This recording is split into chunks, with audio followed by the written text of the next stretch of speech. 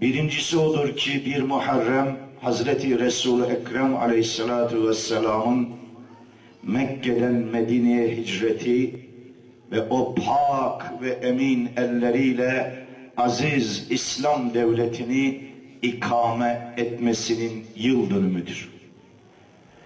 Bir Muharrem Hicri yılbaşı ümmetin esaretten hürriyete kavuştuğu gün ve Medine'de Resulullah'ın önderliğinde İslam devletinin kurulup tüm yeryüzüne İslam'ın hakim olacağı mesajının haykırıldığı gündür. Ve Allah'ın izniyle Muharremler bu ümmete hem İslam devletlerini hem evrensel İslam nizamını mutlaka kavuşturacak ve bizler de o kutlu günlerde buluşacak ve o kutlu günlerde Rabbimize şükür secdelerine kapanacağız.